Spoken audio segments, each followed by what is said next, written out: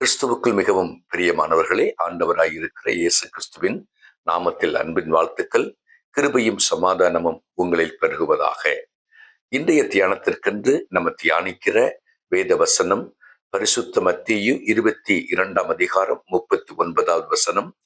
உம்மிடத்தில் நீ அன்பு கூறுவது போல பிறனிடத்திலும் அன்பு கூறுவாயாக என்று சொல்லி ஆண்டவர் இன்றைக்கு மனிதனிடத்திலிருந்து புறப்பட்டு வருகிற கோபம், விரோதம், எரிச்சல், சோத்திரமுதாக ஒரு விதமான வன்கண்கள், இப்படிப்பட்ட காரியங்களை மாற்றி ஒருவரிடத்தில் ஒருவர் முந்தி அன்பு செலுத்துங்கள் என்று கர்த்தர் சொல்லுகிறார்.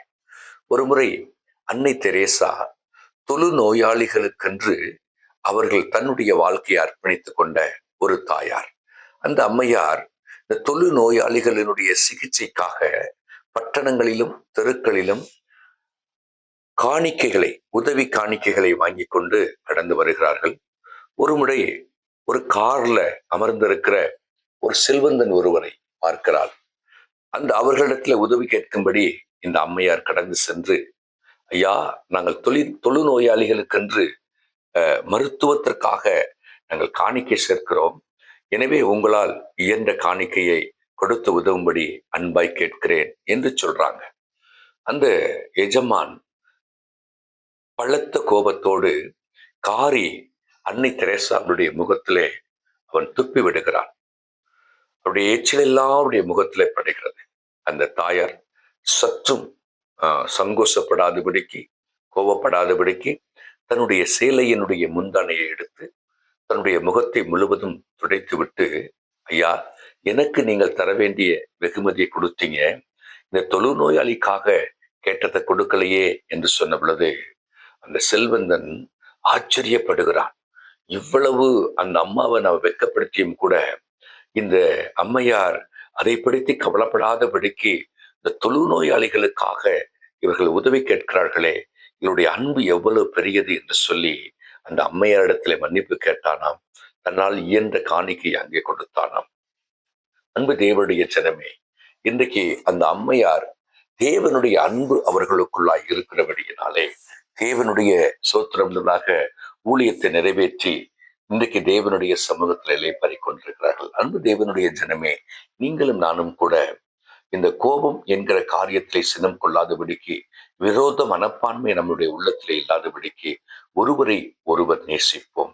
வேதம் கூறுகிறது, எபிரேயர் 12:14 நான் யாவரோடும் சமாதானமாய் இருக்கவும் பரிசுத்தமுள்ளவராய் இருக்கவும் நாடுவேன் என்று சொல்லி நீங்களும் நானும் கூட சமாதானத்திற்கு அடையாளமாய் இருக்கிற அன்பை வெளிப்படுத்துவோம்.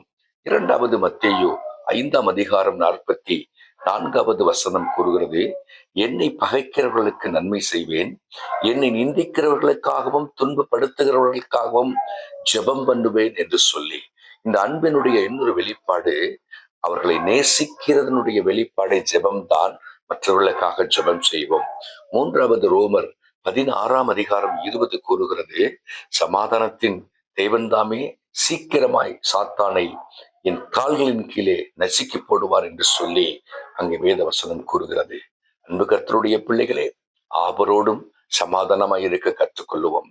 வேதத்தினுடைய பிரமாணம் கூறுகிறது, அன்பு, விசுவாசம், நம்பிக்கை, இந்த மூன்றிலும் அன்பே பெரியது என்று சொல்லி கூறுகிற வார்த்தையின்படியே நீங்களும் நானும் ஒருவரோடு ஒருவர் அன்பாய் இருப்போம்.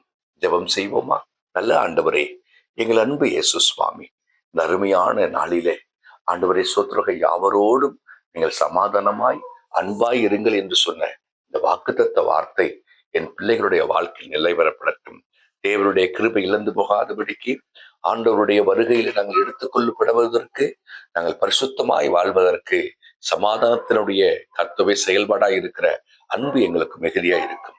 அற்புதம் செய்தி நன்றி, இயேசுவின் நாமத்தில் பிதாவே, ஆமேன், ஆமேன்.